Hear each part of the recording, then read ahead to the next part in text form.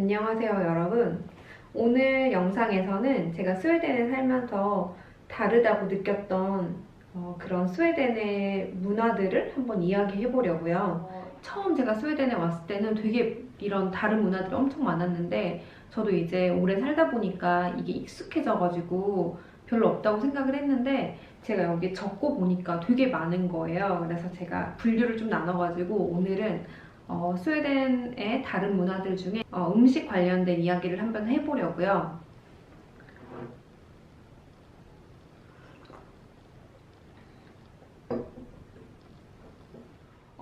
먼저 스웨덴은 음식을 남하고 쉐어하지 않아요. 우리나라 같은 경우는 치킨도 이렇게 한 마리 시켜가지고 같이 먹고 막 여러 가지를 이렇게 같이 먹는 문화잖아요. 근데 스웨덴은 딱 내 음식만 시켜서 내 것만 보고 그것만 먹는 그런 문화예요. 물론 이제 저랑 남편은 한국식으로 같이 주문해가지고 나눠 먹고 또 이제 저희 시어머니랑도 뭐 그렇게 먹고 가까운 친구들이랑도 좀 쉐어를 하긴 하는 편인데 일단 일반적으로 스웨덴은 음식을 쉐어하지 않아요. 특히 레스토랑에서는 딱 자기가 먹을 것만 시켜가지고 그것만 딱 먹거든요.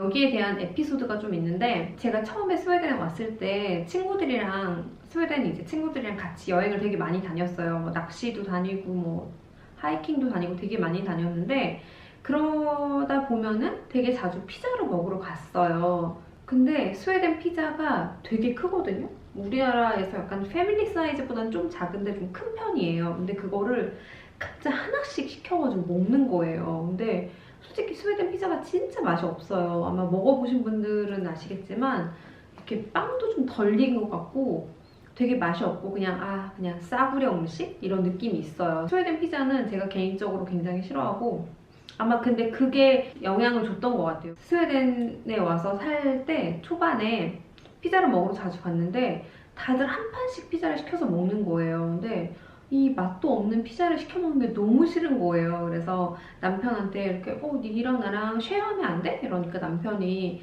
자기도 살아왔던 이게 있잖아요. 지금까지 30년을 이렇게 쉐어하지 않고 살았었는데 이게 막상 또 쉐어를 하려니까 좀 어색한 거예요.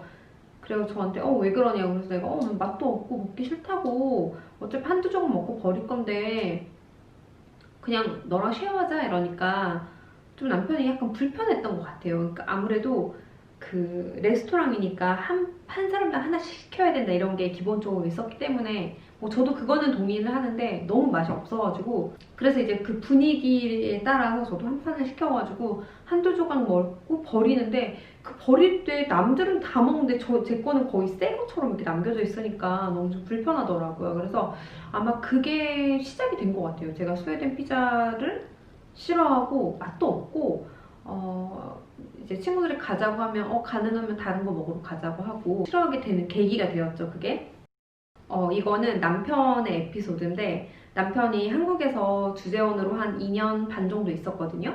근데 그때 스웨덴에서 어떤 다른 동료가 출장을 온 거예요. 그래가지고 그러면 다 같이 회식을 하러 가자 이래서 고깃집을 갔대요. 남편도 그때는 한국에 온 지 얼마 안 돼가지고 한국의 문화 같은 것도 잘 모를 때고 뭐 배운다고 해도 누구한테 좀 듣거나 아니면 책으로 본 게 다니까 잘 몰랐던 거예요. 그런 문화를. 그래서 처음에 남편이 한국에 와서 지낼 때는 막 거의 막 아웃백 막 이런 패밀리 레스토랑 있잖아요. 그런 데 가거나 아니면 뭐 간단한 한국 김밥 천국도 많이 가고 뭐 스타벅스 이런 데 가서도 점심 같은 거 많이 먹더라고요. 그래서 그렇게 지내다가 고깃집을 갔는데 잘 모르잖아요. 근데 앉아 있는데 밑반찬이랑 야채 같은 게 먼저 나오잖아요. 근데 남편 앞에 이렇게 야채 바구니를 줬나 봐요. 그 레스토랑에서 남편이 이게 어떻게 딱 말을 못 하는데 뭐지? 왜 난 고기 먹고 싶은데 왜 야채를 준 거지? 그래서 남편이 어떻게 이걸 바꿔달라고 할까? 막 그런 거 있잖아요. 좀 불편한데 이거 뭐지? 이러다가 나 이제 스웨덴 동료한테 이거 뭐냐? 이러고 둘이 막 얘기를 했다고 하더라고요. 그래서 이제 나중에는 이렇게 분위기를 보니까 다 같이 먹는 것 같아가지고 먹긴 먹었대요. 근데 그때 되게 불편했다고 그 얘기를 종종 하는데 이게 너무 익숙하잖아요. 자기 음식만 먹는 게. 아무튼 그래가지고 스웨덴 사람들은 음식을 쉐어하지 않아요. 요즘에 그래도 좀 아시안 레스토랑이나 아니면 좀 모던한 레스토랑에 가면은 음식을 주문하고 이렇게 받을 때 이거 누구 거야? 그래서 우리 같이 먹을 건데 이러면 쉐어하면은 그래 접시 2개 갖다 줄게 이러고 갖다 주긴 하는데 아직도 대부분의 사람들이 이렇게 자기 것만 먹어요. 그래서 중국집에 가면은 우리나라는 왜 짬짜면 뭐 짬탕 뭐 이렇게 나눠져 있는 것처럼 스웨덴은 3가지 요리를 먹을 수 있는 이런 메뉴들이 있어요. 왜냐면 어차피 남하고 쉐어하지 않으니까. 그래서 그 3가지 메뉴들을 먹으려면 돈을 조금 더 내면 되거든요. 근데 제 생각으로는 3명이면 3가지 요리를 시켜서 먹으면 되잖아요. 근데 3명이 앉아서 그걸 딱딱딱 시켜서 먹어요. 그래서 가끔 좀 신기하죠. 그래서 가끔 사람들이 이제 많이 모여가지고 식사를 하러 가면은 다 각자 이것만 먹고 있는데 저랑 남편은 이거 시켜서 같이 쉐어하자 이러고 둘이 같이 먹고 그래도 이제 또 친한 사람들은 야 너네 쉐어할 거야? 야 우리 같이 하자 막 이러기도 하는데 그래도 아직은 쉐어하는 문화는 없어요.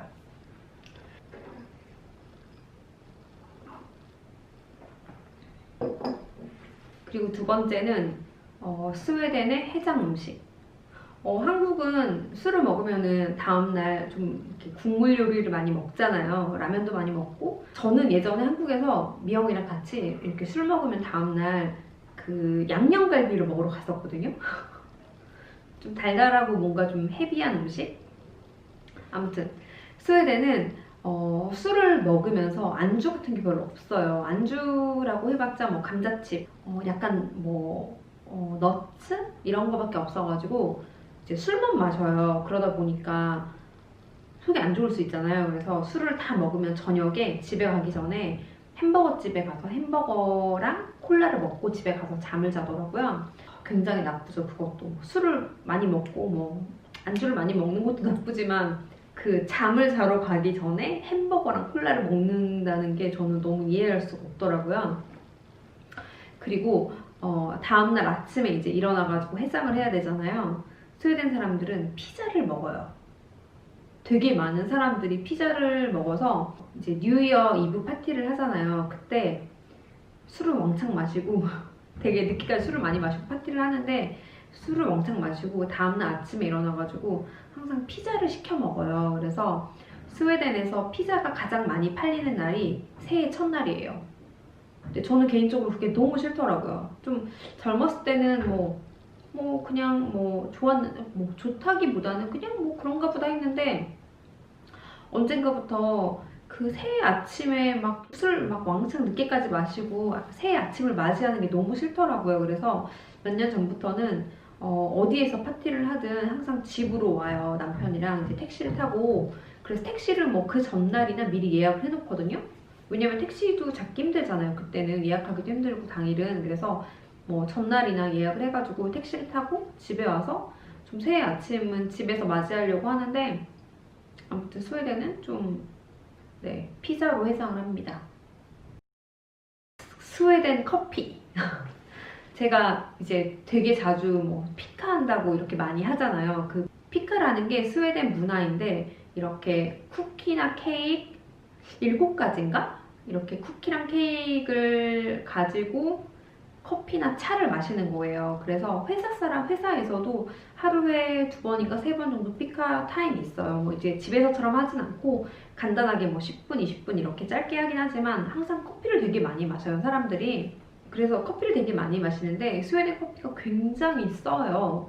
한국에서 마시는 에스프레소보다도 더 쓴 것 같아요. 제 생각에는 커피가 좀 이렇게 커피를 내렸는데 좀 연하다 이러면은 인스턴트 커피를 넣어가지고 먹을 정도로 되게 진한 커피를 많이 마시는데 처음에는 그냥 커피가 커피인가 보다 하고 마셨는데 어느 날 보니까 이게 너무 진한 거예요. 그래서 저는 이제 아침에는 마시는데 오후에는 커피를 마시지 않거든요. 가능하면. 왜냐면 잠을 못 잘 정도로 너무 진하게 마시니까.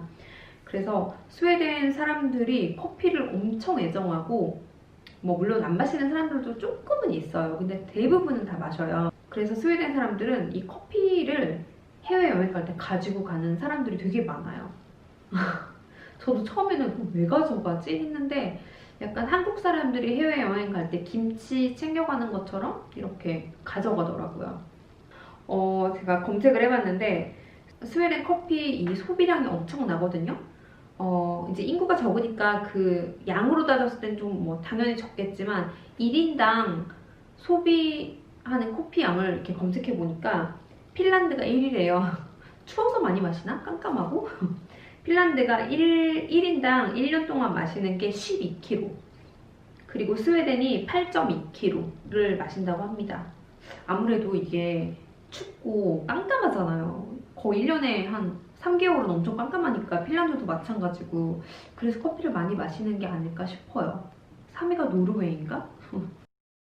한국에서 살 때 남편이랑 카페를 가면은 아메리카노를 주문해서 마시거나 라떼를 마시는데 남편은 무슨 커피를 마시던 항상 더블샷 추가를 하더라고요. 그래서 뭐 진한 걸 좋아하나 보다 했는데 스웨덴에 살다가 제가 한국에 가면은 그 아메리카노가 너무 물맛이에요. 저도 이제 너무 스웨덴 커피가 익숙해지니까 가끔 한국에 가서 아메리카노를 마시면 왜 물을 탔지? 이런 생각이 들 정도로 스웨덴 커피가 굉장히 진합니다. 구디스. 스웨덴 슈퍼마켓이나 뭐 주유소 뭐 무슨 조그만 상점들 다 가면은 한쪽에 캔디 코너가 다 있거든요. 친구들이나 가족들이랑 어디 여행을 가잖아요. 뭐 별장을 간다거나 이러면은 그 구디스 백을 이렇게 들고 와요. 처음에는 저도 이제 먹긴 먹죠. 앞에 있으면 먹잖아요. 근데 어느 날 제가 이걸 너무 이유 없이 심각하게 많이 먹는다라는 생각이 들더라고요. 왜냐면 이렇게 1인당 뭐라고 해야 되지? 이렇게 이만한 1kg짜리 이거를 안 적어주고 그냥 다 먹어요. 너무 심각하지 않나요? 근데 어느 순간 그 먹는 게 이유 없이 그렇게 먹고 막 하는 게 너무 싫더라고요. 그래서 저희는 이제 안 먹고 남편한테도 너가 정말 좋아해서 먹는 거면 먹어라. 근데 그냥 먹는 거면 먹지 말아라. 이유 없이 그냥 습관적으로 먹는 거면 먹지 말아라. 이게 내가 봤을 땐 결코 좋은 건 아닌 것 같다. 그래서 남편도 그치 굳이 맛이 있어서 먹는 게 아닌데 먹을 이유가 없지. 그래서 저희는 정말 안 사는 것 같아요. 가끔 막 뭐 좀 살까? 이래가지고 그래 그러면 너 3개 골라 나 2개 고를게. 그럼 이렇게 고르고 있으면 약간 좀 무안할 정도로. 왜냐면 사람들 그냥 막 이렇게 푹푹 퍼서 담아가거든요. 그래서 아무튼 구디스를 정말 많이 먹는데 제가 이것도 검색을 해봤습니다. 얼마큼 먹는지. 1인당 1년 동안 평균적으로 먹는 양이 17kg래요. 구디스만.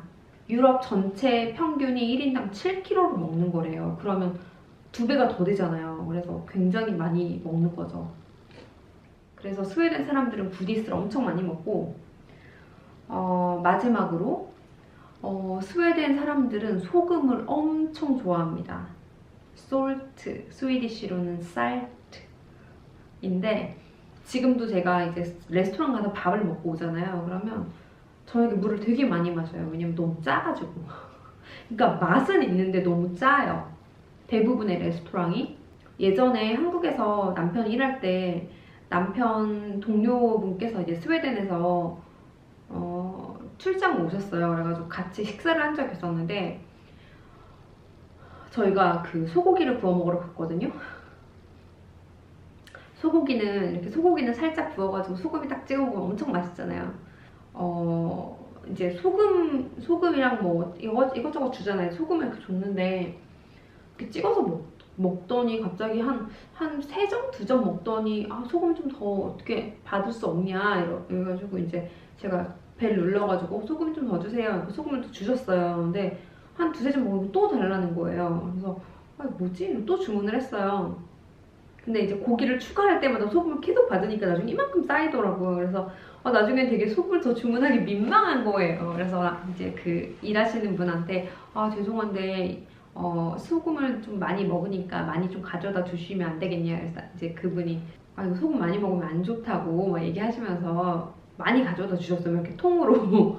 근데 소금을 진짜 많이 먹어요. 제가 그때 알아봤어야 했는데 그때는 그냥 소금을 왜 먹지? 왜냐면 이제 잘 모르니까 그때는 스웨덴 와본 적도 없고 하니까 되게 신기했었는데 스웨덴에 와보니까 사람들이 정말 소금을 많이 먹는구나. 근데 이것도 약간 이 기후나 이런 것들 때문에 문화인 것 같아요. 뭐 예를 들면은 지금 여기는 추우니까 소금 염장된 음식들을 되게 많이 먹고 또 소금을 많이 먹잖아요. 근데 뭐 예를 들면 미영이네 이제 더운 호치민에 가면은 설탕을 그렇게 먹잖아요. 뭐 오렌지 주스 시켜도 설탕, 뭐 시켜도 설탕 음식들이 다니까 이것도 뭔가 기후 때문에 이런 문화가 생긴 게 아닌가 이런 생각이 들고 아무튼 스웨덴 음식이 정말 굉장히 짜요. 커피 말고는 다 짜다고 생각하시면 될 것 같아요.